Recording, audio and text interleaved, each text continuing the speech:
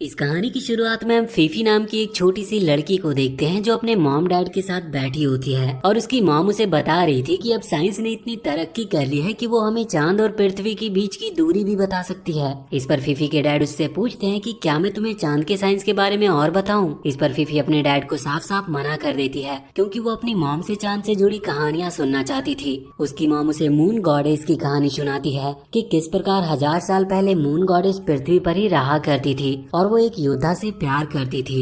लेकिन एक दिन गॉडेस ने एक ऐसा मैजिकल सीरम पी लिया जिससे वो अमर हो गई और अमर होने के बाद चांद पर खींची चली गई। लेकिन वो योद्धा जिससे वो प्यार करती थी वो पृथ्वी पर ही रह गया और समय के साथ मारा गया क्योंकि वो अमर नहीं था। चांद पर मून गॉडेस अभी भी मौजूद है और वो उस योद्धा का इंतजार कर रही है जिससे वो प्यार करती थी। चांद पर मून गॉडेस के साथ उनका रैबिट भी रहता है जो उसे कंपनी देता है और मून गॉडेस अपने रैबिट से भी बहुत प्यार करती है। अपनी मॉम से ये कहानी सुनने के बाद फीफी अपने डैड से पूछती है कि क्या मॉम जो कहानी सुना रही है वो सच है। इस पर फीफी के डैड उसे बताते हैं कि अगर तुम्हारी मॉम तुम्हें बता रही है तो वो सच ही होगा। अगले सीन में हम फीफी को एक स्टिक पर रैबिट टॉय बांधकर उसके साथ खेलते हुए देखते हैं और यहाँ पर हमें पता चलता है कि फीफी के मॉम डैड मिलकर मून केक की एक छोटी सी शॉप चलाते हैं और उनके शॉप के केक पूरे टाउन में फेमस थे। फीफी की मॉम उससे पूछती है कि क्या तुम मून केक बनाने में मेरी मदद करोगी। इस पर वो राजी हो जाती है और मून केक बनाने में अपने पेरेंट्स की मदद करने लगती है और समय के साथ वो काफी बड़ी भी हो गई थी।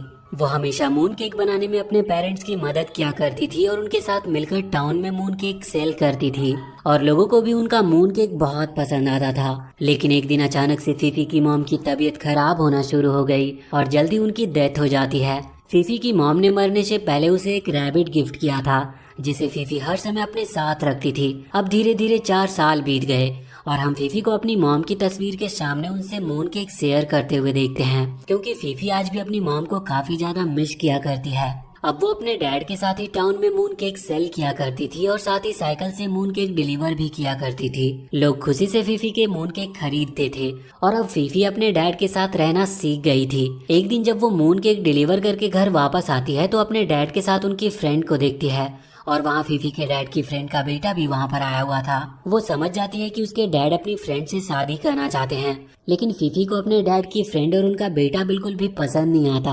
और अब जब वो अपने डैड के साथ मिलकर मून फेस्टिवल के लिए घर को सजा रही होती है तो उसके डैड उसे बताते हैं कि उसे उनकी फ्रेंड से बात करनी चाहिए क्योंकि आंटी काफी अच्छी है। लेकिन वो अपने डैड की फ्रेंड से बात करने से साफ साफ मना कर देती है क्योंकि उसे अपने डैड की फ्रेंड और उनका बेटा बिल्कुल भी पसंद नहीं था और वो नहीं चाहती थी कि उसके डैड अपनी फ्रेंड से शादी करे। अब इससे पहले कि फीफी के डैड उसे फ्रेंड से बात कराने के लिए राजी करते वहाँ पर उनकी फ्रेंड आ जाती है जो फीफी के लिए उसका फेवरेट क्रैब्स लाई थी क्योंकि उसे क्रैब्स खाना बहुत पसंद था। दरअसल उसके डैड की फ्रेंड किसी तरह फीफी को अपने करीब लाना चाहती थी ताकि फीफी उनके साथ फ्रैंक हो सके। अब इसके बाद फैमिली के सभी लोग एक साथ मिलकर डिनर करने के लिए डिनर टेबल पर आते हैं और फीफी वहाँ पर अपने रैबिट को डिनर टेबल से हटा देती है क्योंकि उसकी मॉम ने कहा था कि रैबिट डिनर टेबल पर नहीं रहना चाहिए। इससे उसका रैबिट भी उससे गुस्सा होकर वहाँ से चला जाता है और अब सभी लोग एक साथ मिलकर वहाँ पर डिनर करने लगते हैं। लेकिन उसी दौरान जब फीफी अपने डैड को उनकी फ्रेंड से हंस कर बातें करते हुए देखती है तो उसे ये सब बिल्कुल भी अच्छा नहीं लगता क्योंकि अब उसके डैड की फ्रेंड उसकी मॉम की जगह ले रही थी।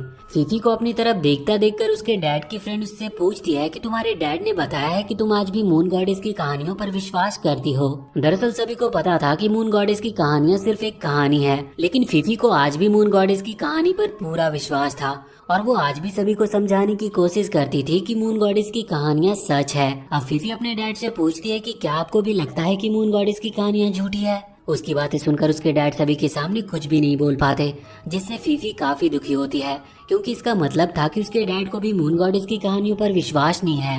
वो गुस्सा होकर वहाँ से अपने कमरे की तरफ चली जाती है। लेकिन इसी दौरान उसके डैड की फ्रेंड का बेटा उसके पास आता है और उससे कहता है कि जल्दी तुम्हारे डैड मेरी मॉम से शादी करने वाले हैं। ये सुनकर फीफी को बहुत दुख होता है और अपने कमरे में आकर वो रोने लगती है। वो सोचती है कि काश इस समय उसकी मॉम उसके साथ होती तो फीफी को इन सब प्रॉब्लम का सामना नहीं करना पड़ता और सब कुछ पहले की तरह ठीक हो जाता। अब वो जब देखती है कि उसका रैबिट खिड़की से कूदकर बाहर चला गया है तो वो अपने रैबिट के पीछे जाती है और तालाब के किनारे पहुंच जाती है। चांदनी रात में उसे आसमान में चांद नजर आता है और उसे लगता है कि जरूर उसके डैड मून गॉडेस की कहानियों पर विश्वास न करने की वजह से उसकी मॉम को भूलते जा रहे हैं और अगर शायद वो किसी तरह अपने डैड को मून गॉडेस की कहानी पर विश्वास दिला दे तो वो अपने फ्रेंड से शादी नहीं करेंगे और सब कुछ पहले की तरह ठीक हो जाएगा। लेकिन फीफी को अपने डैड को मून गॉडेस की कहानी पर विश्वास दिलाने के लिए सबसे पहले खुद मून पर जाना होगा, जो अभी के लिए इम्पॉसिबल था क्योंकि मून पृथ्वी से लाखों किलोमीटर दूर था। लेकिन वो इतनी आसानी से हार मानने वाली नहीं थी, इसीलिए वो चांद तक जाने के लिए रॉकेट बनाने का फैसला करती है और वो अपने इस मिशन में पूरी तरह से जुट जाती है। वो अलग अलग तरह के रॉकेट का मॉडल बनाकर एक्सपेरिमेंट करती है और साथ ही रॉकेट बनाने के लिए ऑनलाइन बहुत सारा सामान भी मंगाती है, जिसे देखकर किसी को कुछ भी समझ नहीं आ रहा था कि आखिर वो करना क्या चाह रही है। लेकिन काफी दिनों के लगातार मेहनत और बहुत सारे रॉकेट प्रोजेक्ट फेल होने के बाद फीफी फाइनली अपने रैबिट के शेप का एक रॉकेट बनाती है जिसमें बैठकर वो चांद पर जाने वाली थी। लेकिन उसके डैड की फ्रेंड के बेटे को भी फीफी के इस प्रोजेक्ट के बारे में पता चल जाता है और वो भी चुपके से उसके रैबिट रॉकेट में बैठ जाता है। अब फीफी अपने रैबिट के साथ रॉकेट में बैठकर आगे के सफर पर निकल पड़ती है। पहले तो उसका रॉकेट काफी धीरे धीरे आगे बढ़ रहा था, लेकिन जल्दी वो स्पीड पकड़ने लगती है और हवा में उड़ने लगती है। वो अपने रैबिट के साथ काफी तेजी से चांद की तरफ बढ़ रही थी, जिससे वो काफी ज्यादा खुश थी।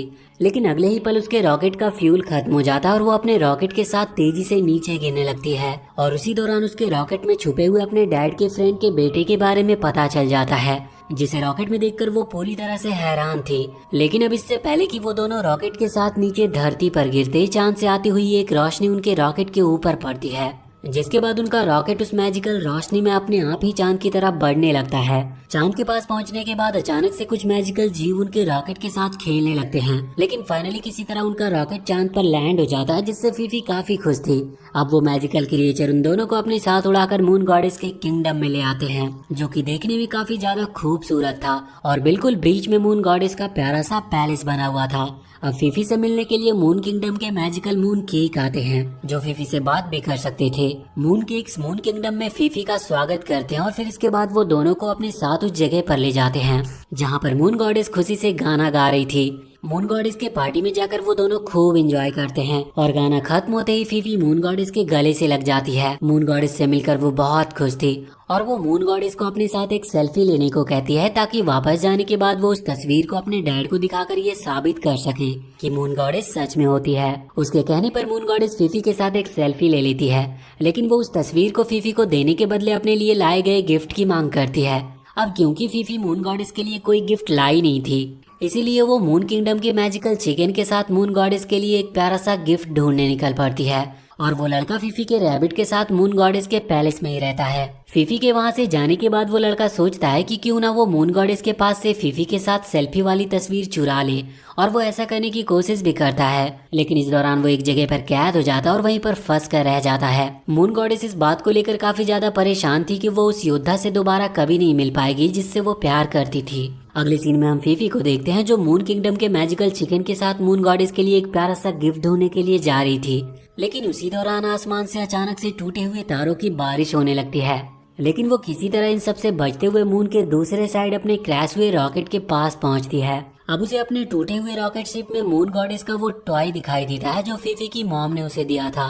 वो उस डॉल को मून गॉडेस को गिफ्ट के तौर पर देने का फैसला करती है, लेकिन अगले ही पल मून किंगडम के मैजिकल चिकन फीफी से वो डॉल छीन लेते हैं और वो फीफी को अकेला ही वहाँ पर छोड़कर चले जाते हैं। अब फीफी वहाँ पर बिल्कुल अकेली थी। वहीं दूसरी तरफ मून गॉडेस के किंगडम में हम फीफी के रैबिट को देखते हैं, जो मून गॉडेस के रैबिट को एक मैजिकल सीरम बनाते हुए देख रहा था। इसके बाद हम वापस से फीफी को देखते हैं, जिसे गोभी नाम का एक मैजिकल डॉग मिलता है और वो दोनों जल्दी अच्छे दोस्त बन जाते हैं। फीफी गोभी की मदद से मून किंगडम के जाइंट और मैजिकल फ्रॉग पर बैठकर उन चिकन का पीछा करती है जो उससे मून गॉडेस का डॉल छीनकर भागे थे, और जल्दी वो उन तक पहुंच भी जाती है। और किसी तरह काफी मुश्किलों का सामना करने के बाद उसने मून गॉडेस की डॉल हासिल करने में कामयाबी पा ली थी। लेकिन वो मैजिकल चिकन भी इतना आसानी से हार मानने वाले नहीं थे, इसीलिए वो लगातार फीफी से डॉल हासिल करने की कोशिश कर रहे थे, जिसके दौरान वो डॉल पूरी तरह से डिस्ट्रॉय हो जाती है।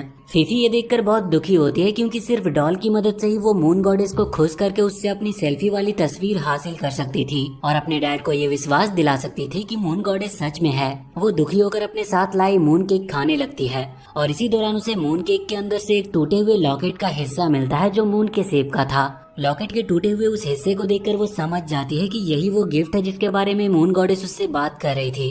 और फिर इसके बाद वो गोभी के साथ मून गॉडेस के पैलेस की तरफ उन्हें वो लॉकेट का हिस्सा देने के लिए निकल पड़ती है। पैलेस में पहुंचकर फीफी जब मून गॉडेस को लॉकेट का वो टूटा हुआ हिस्सा देती है तो मून गॉडेस बहुत खुश होती है, क्योंकि उस लॉकेट का एक हिस्सा पहले से ही मून गॉडेस के पास मौजूद था और उन्हें उसके टूटे हुए हिस्से की तलाश थी। मून गॉडेस उस लॉकेट के दोनों हिस्सों को आपस में मिलाने के बाद उसके ऊपर अपने पेट रैबिट के द्वारा बनाए गए मैजिकल सीरम को डालती है और अपने प्यार उस योद्धा को वापस से पाने का विश मांगती है। और अब देखते ही देखते वहाँ पर चारों तरफ बदलाव होना शुरू हो जाता है और मून गॉडेस के चारों तरफ लंबे लंबे पेड़ उगाते हैं और वो इस समय किसी मैजिकल फॉरेस्ट में मौजूद थी। और कुछ समय के बाद मून गॉडेस का प्यार वो योद्धा भी वहाँ पर आ जाता है, जिसे देखकर मून गॉडेस बहुत खुश होती है और उसे गले से लगा लेती है। लेकिन वो योद्धा नहीं बल्कि उसकी सोल थी, क्योंकि योद्धा की मौत तो सालों पहले ही हो चुकी थी, क्योंकि वो मून गॉडेस की तरह इमोर्टल नहीं था। योद्धा की सोल मून गॉडेस को बताती है कि अब मैं कभी वापस नहीं आ पाऊंगा, इसलिए तुम मुझे भूलकर लाइफ में आगे बढ़ो। इसके बाद उस योद्धा की सोल वहां से चली जाती है। मून गॉडेस ये जानकर बहुत दुखी होती है, जिसकी वजह से चारों तरफ अंधेरा छाना शुरू हो जाता है, क्योंकि मून किंगडम पूरी तरह से ही मून गॉडेस के मैजिकल पावर से बना था। फीफी उस छोटे लड़के और अपने बाकी दोस्तों के साथ इनविजिबल दीवार के उस पार ये सब देख रही थी और अगले ही पल वो दीवार के उस पार मून गॉडेस से मिलने के लिए चली आई थी। फीफी को देखकर मून गॉडेस उसे वहां से जाने को कहती है और उसे समझाती है कि उसकी मॉम हर समय उसके आसपास ही है और वो वापस जाए, क्योंकि उसके दोस्त और उसके डैड उससे बहुत प्यार करते हैं। दीवार के उस पार से वो छोटा लड़का ये सब देख रहा था और अब उसे काफी चिंता होने लगी थी, क्योंकि बाहर से उसे लग रहा था कि फीफी अंदर फंस गई है। इसीलिए वो दीवार को तोड़कर अंदर आ जाता है और फीफी को वापस चलने को कहता है। वापस जाने से पहले फीफी मून गॉडेस को बताती है कि आप जिससे प्यार करती थी वो भले ही चला गया हो, लेकिन किंगडम के सारे जीव आपसे बहुत प्यार करते हैं, क्योंकि आप काफी ज्यादा खूबसूरत हो। अब एक एक करके मून किंगडम के सारे मैजिकल जीव मून गॉडेस के गले से लग जाते हैं, जिससे मून गॉडेस को काफी अच्छा लगता है और उनके खुश होते ही मून किंगडम में वापस से रोशनी आ जाती है और सारे जीव बहुत खुश थे। अब मून गॉडेस फीफी को अपने साथ सेल्फी वाली वो तस्वीर दे देती है, जिसके बाद फीफी अपने रैबिट को मून पर ही छोड़ने का फैसला करती है, क्योंकि वो मून गॉडेस के रैबिट का एक अच्छा दोस्त बन गया था। इसके बाद फीफी अपने फ्रेंड गोबी को बाय बोलकर धरती पर जाने के लिए निकल पड़ती है। वो जब अर्थ के एटमॉस्फेयर में एंटर करती है तो गर्मी से मून गॉडेस के साथ की उसकी तस्वीर जलने लगती है, जिससे वो बिल्कुल भी दुखी नहीं होती और तस्वीर को जल जाने देती है, क्योंकि उसने चीजों को एक्सेप्ट करना सीख लिया था और अब वो किसी के लिए कोई चीज साबित नहीं करना चाहती थी। अर्थ पर वापस आने के बाद वो उस छोटे लड़के को लेकर अपने घर पर जाती है और अब वो उसे अपना छोटा भाई और उसके डैड की फ्रेंड को अपनी मॉम एक्सेप्ट कर लिया था, जिससे फीफी के डैड भी बहुत खुश थे और अब वो अपनी हैप्पी फैमिली के साथ खुशी से रहने लगती है। एक दिन जब रात में फीफी तालाब के किनारे बैठी होती है तो एक सारस फीफी के पास आता है और अगले ही पल वो अपने झुंड के साथ आसमान में चांद की तरफ उड़ जाता है। सारस को देखकर उसे लगता है कि शायद मून गॉडेस उससे मिलने के लिए पृथ्वी पर आई थी। और इसी के साथ ये मूवी यहीं पर खत्म होती है। तो वीडियो अगर अच्छी लगी हो तो प्लीज चैनल को सब्सक्राइब करके बेल आइकन जरूर दबा ले।